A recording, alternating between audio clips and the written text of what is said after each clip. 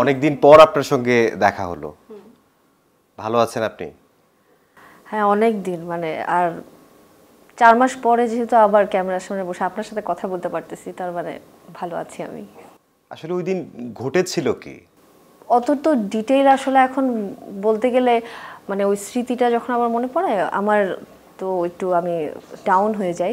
Shortly যদি বলি, সেটা হচ্ছে শ্যুট ছিল অ্যাজ ইউজুয়াল, ইয়াতে যাব, সিনের আগে যাব, তো ওয়াশরুমে যাই। ওয়াশরুমে গিয়ে যখন মানে বসলাম, এরপরে দেখি যে আমরা ওয়েল্ডিং করলে কিছু স্পার্ক হয় না, ওরকম স্পার্কের মতো একটা দুইটা, মানে আমার ডান সাইডে এরকম এরকম আর কি? এরকম আর কি? না না, আমি এখনো ট্রমাটাইজ আছি, এই যে আমি বলে যাচ্ছি আর ওইটাও সাথে সাথে, আমি কি নসিব আমার। বসুন্ধরা টিস্যু, অশুদ্ধতার বিরুদ্ধে এক বিন্দুও ছাড় নয়। যেই জায়গা থেকে আপনি আসলে আল্লাহ বাঁচিয়ে রেখেছেন, ওই জায়গা থেকে আসলে অনেকেরই অনেক ঝামেলা হয়। আপনাদের, আমার কাছের মানুষদের দোয়া, আদর, ভালোবাসা, যেটা আমি আসলে দেখি নাই এতদিনে, এই হসপিটালে যখন ছিলাম আমি কিন্তু সবার ওই কি বলবো ভিতরের ফিলিংসটা কিন্তু আমি এবার দেখতে পাইছি। তো আমার মনে হয় হ্যাঁ, আমি যদি আবার শুরু করি, সবাই অনেক ভালো করেই আমাকে, মানে কি বলবো, ওয়েলকাম জানাবে।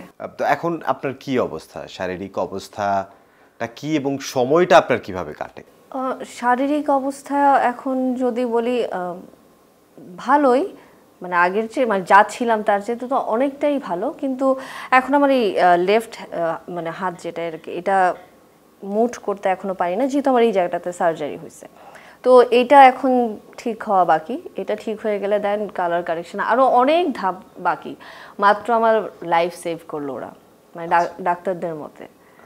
আর বাকিটা তো এখনো অনেক বড় জার্নি। তো এখন দিন এভাবেই কেটে যায়, নিজের টেক কেয়ার করা, এক্সারসাইজ করা। আপনার সাথে লাস্ট কথা হয়েছিল না যে আমি খুব নিজেকে সময় দিব, এখন অন্যায় করছিলাম আগের বার। আমার এখন আসলে অটো, এটা আমার লাইফে এসে গেছে যে সময় দাও এবার তুমি নিজেকে। কখনো এরকম মনে হয় যে এত কাজ করলাম, এই কাজগুলো করলাম, করার পরে এখন একেবারেই কাজ করতে পারছি না, আবার কাজ করব, এই যে অপেক্ষাটা, এটা কি আপনাকে ইন্সপায়ার করে নাকি ডিমোটিভেট করে?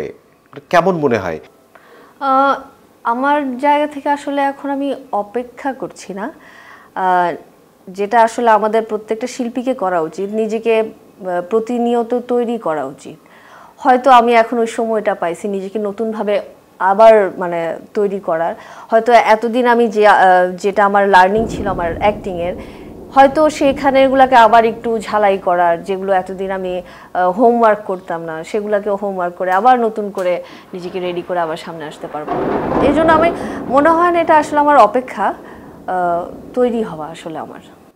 দর্শক এবং আমরা নিশ্চয়ই অপেক্ষা করছি আপনার কাজ দেখার জন্য, সেই দিক থেকে আমি বলেছিলাম যে আসলে অপেক্ষা, সেই অপেক্ষাটা তাহলে আমি মনে হয় না বেশি দিন সবাইকে রাখবো। সারাদিন আসলে কিভাবে কাটে, পুরো দিনটার যদি একটা বলতেন। ঘুম থেকে উঠলেন? পুরো দিনটা বললে, পুরো দিনটাই এখন আমার কাছে হচ্ছে টেক কেয়ারের উপরে, সেটা ফিজিক্যালি বলি, ফুডের দিকে বলি, আর মানে রিক্রিয়েশনের দিকেই বলি, সব দিকেই টেক কেয়ারটা করতে হচ্ছে আমার নিজে। কারণ অনেকটা মানে রিকভার করে আসছি, কিন্তু আরও অনেকটা সময় লাগবে। আর তো সেই দুর্বলতাটা কাটাতেও এই জন্য এখন সারাদিন টেক কেয়ারের উপর যায়। সকাল থেকে উঠে মাসাজ করা, এক্সারসাইজ করা, খাবার খাওয়া, আবার টাইমে টাইমে ওষুধ, আবার হচ্ছে কিছু ওটাকে প্রেশার গার্মেন্টস বলে, ওগুলো পরে থাকতে হয় 4 ঘন্টা 5 ঘন্টা ওরকম করে। তো সারাদিন টেক কেয়ারের উপরে যায় আসলে আমার। হ্যাঁ, একটু আগে যেটা শুনছিলাম যে আপনার যেখানে আপনি সাজগোজু করতেন ড্রেসিং টেবিলে আমার, হ্যাঁ, আমার মেকআপ বক্স থাকতো, সেখানে হচ্ছে এখন একটা র্যাকে দিয়ে ওখানে হচ্ছে আমার এই অয়েনমেন্টগুলো, আমার মেডিসিন, তারপর আমার এই যে প্রেশার গার্মেন্টস এগুলো রাখা। যেদিন আমি চেঞ্জ করছিলাম না মানে ড্রেসিং টেবিলে, আমার মানে ভিতরে একটু কেমন যেন লাগলো যে আমি যেটা নিয়ে ডেইলি আগে হচ্ছে আমার কাজে যেতাম, আমার মেকআপ বক্স, সেটা এখন সরে ড্রেসিং টেবিলে এখন হচ্ছে আমার মানে টেক কেয়ার বা আমার মেডিসিনগুলো চলে আসছে। মানে মানুষের লাইফ কিভাবে চেঞ্জ হয়, হয় না এই জিনিসটা, আমিও মানে ভাবতেছিলাম যখন আমি ড্রেসিং টেবিল এটা গুছাচ্ছি।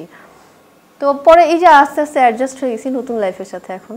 আচ্ছা, এই জার্নিটা আপনার জীবনটা যতটুকুই হোক এর মধ্যে অনেক কিছু আপনি দেখেছেন, আপনার উপলব্ধিটা কি আসলে?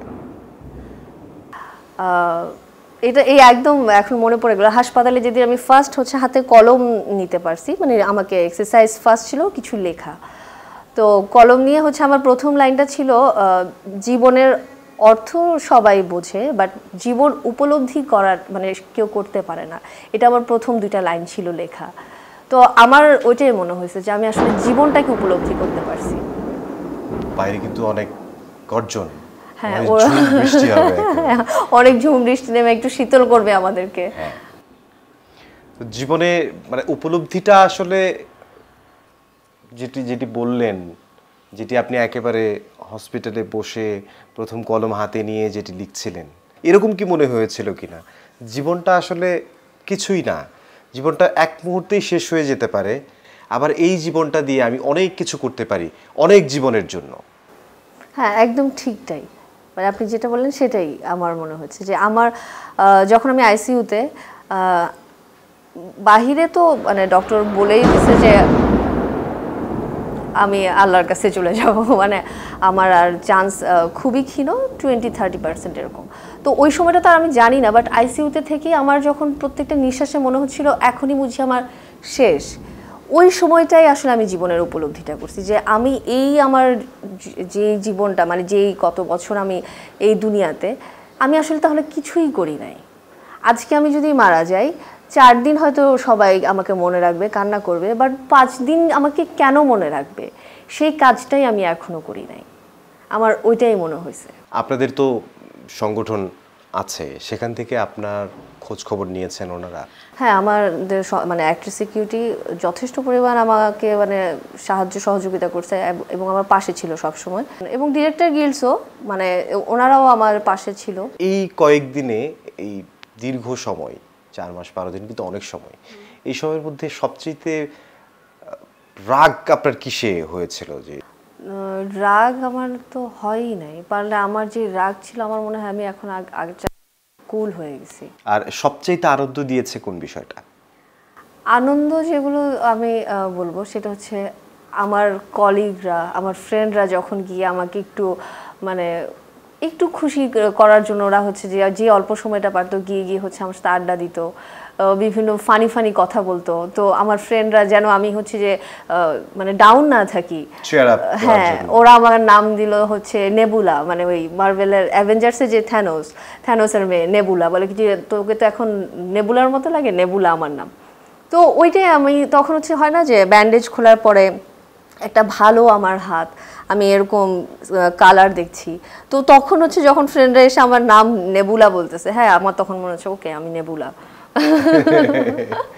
আচ্ছা, ঝুম বৃষ্টিও হচ্ছে আজকে, অনেক দিন গরম ছিল, গরমের পর ঝুম বৃষ্টি হচ্ছে, আমরা যদিও সবকিছু লাগিয়ে রেখেছি তাই বোঝা যাচ্ছে না, তারপরে শব্দ শোনা যাচ্ছে, আমাদেরকে শীতল করার জন্য বৃষ্টি নামছে। হ্যাঁ, বৃষ্টির মধ্যে গান গাইতে ইচ্ছে করে না? বৃষ্টির মধ্যে গান গাইতে ইচ্ছে করে, হ্যাঁ করে। গান এখন তো গান একেবারেই গাওয়া হয় না। তো এমনিতে বৃষ্টি হলে বা একটু সুন্দর পরিবেশ দেখলে গেয়ে উঠতেন একা একা এরকম? এখন কি আপনি চান আমি আপনাকে 2 লাইন গান শোনাই?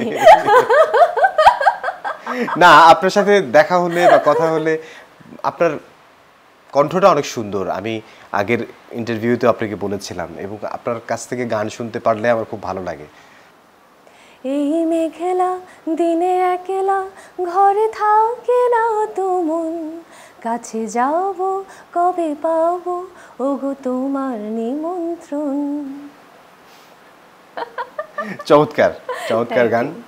আপনার ভয়েসটাও মনে হয় আগের থেকে সুন্দর হয়ে গেছে, আপনিও সুন্দর হয়ে গেছেন, এটা আসলে মানে না, আমি তো নিউ বর্ন বেবি, এখন 4 মাস 12 দিন আমার বয়স। আপনি যে হাউসগুলোতে কাজ করেন সেই হাউসগুলোতে কি আসলে তাদেরকে কোনো মেসেজ দিতে চান? অ্যাটলিস্ট এই জায়গাটা নিশ্চিত করা যে একটা আর্টিস্টের জন্য এই হাউসটা সুরক্ষিত, সেফ তার জন্য, সেখানে গিয়ে মানে যাওয়ার সময় যেন কোনো আর্টিস্টের মনে না হয় যে আমি আসলে এখান থেকে সুস্থ সমেত ফিরবো তো, কারণ আমি তো আসলে সুস্থ সমেত ফিরতে পারিনি।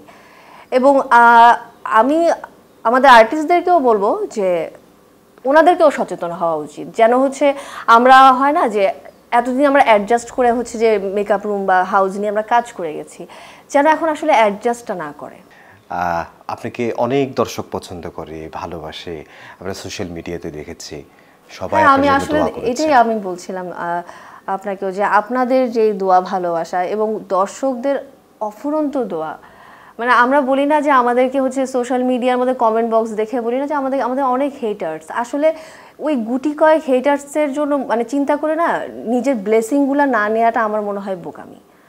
অনেক ব্লেসিং আছে আমাদের আশেপাশে, ওইটা নিলে জীবন অনেক সুন্দর হয়ে যাবে। যে দর্শকরা আপনাকে ভালোবাসে এবং অপেক্ষায় আছে আপনার কাজের, তাদেরকে যদি কিছু বলতে চান।